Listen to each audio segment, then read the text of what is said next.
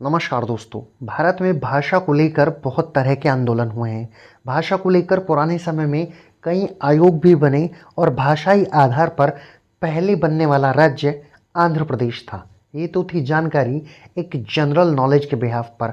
परंतु आज हम बात करेंगे माननीय उच्चतम न्यायालय की गई टिप्पणी के बारे में। माननीय उच्चतम न्यायालय यानी कि सुप्रीम कोर्ट ने आपत्ति जताई है और कहा है कि कोर्ट की भाषा अंग्रेजी है, यहाँ हिंदी में दलीलें नहीं दे सकते।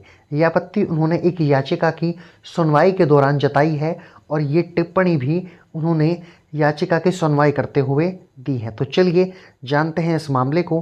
क्या ये मामला था? दरअसल सुप्रीम कोर्ट में एक याचिकाकर्ता के द्वारा हिंदी में दलीलें पेश की गई थी। इस पर उच्चतम न्यायालय ने आपत्ति जताई और कहा कि कोर्ट की आधिकारिक भाषा जो है, ऑफिशियल लैंग्वेज जो है वो अंग्रेज़ी है, इसलिए आप हिंदी में दलील नहीं दे सकते।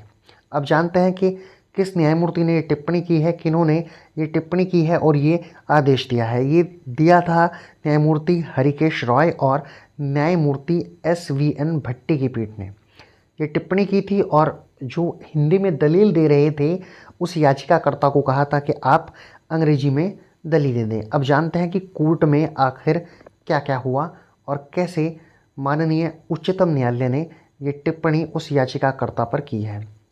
इलाहाबाद उच्च न्यायालय का एक आदेश था जिसके खिलाफ एक विशेष अनुमति याचिका दाखिल की गई थी, जिसे आप SLP भी कह सकते हैं। उसकी सुनवाई चल रही थी कोर्ट में। इस मामले में याचिकाकर्ता की जो पत्नी थी उसके द्वारा एक याचिका में बस्ती जिले से प्रयागराज में क्रूरता और दहेज के मामले को ट्रांसफ़र करने की मांग की गई थी, यानी कि बस्ती जिले से प्रयागराज में ये मामला ट्रांसफ़र होना था, जिसे उच्च न्यायालय ने मंजूर कर दिया। याचिकाकर्ता ने जब कोर्ट के सामने अपने मुद्दे और हाईकोर्ट के आदेश के बारे में बताया तो न्यायमूर्ति रॉय ने उनको याद दिलाया कि सुप्रीम कोर्ट की जो ऑफिशियल लैंग्वेज है वो अंग्रेजी है, ना कि हिंदी, इसलिए आप अपनी दलीलें अंग्रेज़ी में दें, ना कि हिंदी में दें। देखिए, ये टिप्पणी है जो न्यायालय ने की है, आप देख सकते हैं। इस कोर्ट को मैं आपको पढ़कर सुनाता हूँ। इस न्यायालय की कार्यवाही अंग्रेजी में होती है। आपने व्यक्तिगत रूप से उपस्थित होकर अपनी बात रखी, इसलिए हमने आपको बीच में नहीं रोका, ताकि आप अपनी बात पूरी तरह से कह सकें। यहाँ 2 न्यायाधीश बैठे हैं। आपको बिना यह सुनिश्चित किए कि न्यायालय आपको समझ पा रहा है या नहीं, हिंदी में इस तरह दलीलें पेश करने की अनुमति नहीं दी जा सकती। आप स्क्रीन पर देख सकते हैं, ये वो कोर्ट है जो न्यायालय ने उस याचिकाकर्ता को कहा है, याचिकाकर्ता को बताया है। आगे चलते हैं। फिर याचिकाकर्ता ने इस कोर्ट के बाद, इस आदेश के बाद, इस टिप्पणी के बाद अपनी दलीलों को इंग्लिश में ही दिया है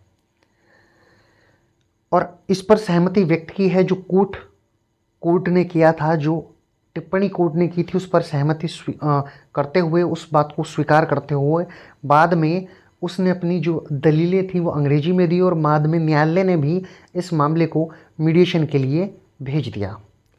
अब इस बारे में जानते हैं कि भारतीय संविधान आखिर क्या कहता है।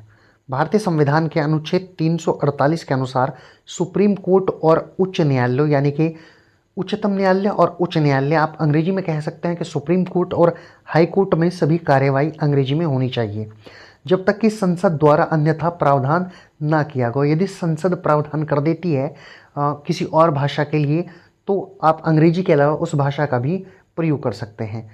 यह प्रावधान मैंने आपको बताया 348 के बारे में। अब जान लेते हैं कि हाई कोर्ट्स में क्या स्थिति है, इस बारे में संविधान क्या कहता है। उच्च न्यायालय की कार्यवाही में हिंदी या अन्य क्षेत्रीय भाषाओं के इस्तेमाल की अनुमति देता है, लेकिन इसके लिए राष्ट्रपति की पूर्व सहमति आवश्यक होती है। हालांकि यह प्रावधान सुप्रीम कोर्ट पर लागू नहीं होता।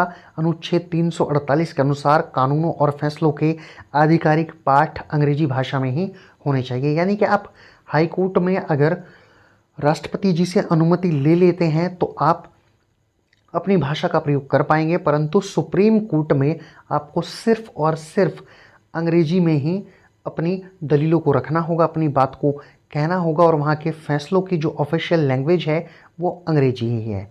इससे पहले भी इस तरह के मामले आ चुके हैं।